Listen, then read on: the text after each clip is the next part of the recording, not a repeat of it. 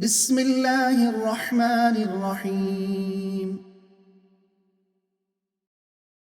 يا أيها الذين آمنوا إذا قمتم إلى الصلاة فاغسلوا وجوهكم وأيديكم إلى المرافق وامسحوا برؤوسكم وأرجلكم إلى الكعبين وإن كنتم جنبا فاطهروا وإن كنتم مرضى أو على سفر أو جاء أحد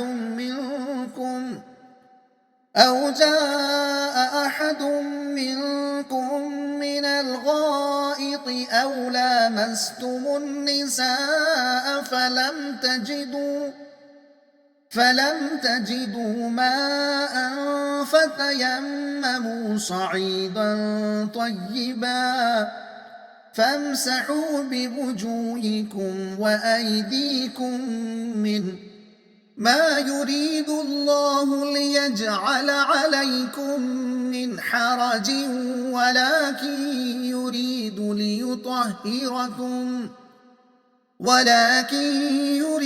ليطهركم وليتم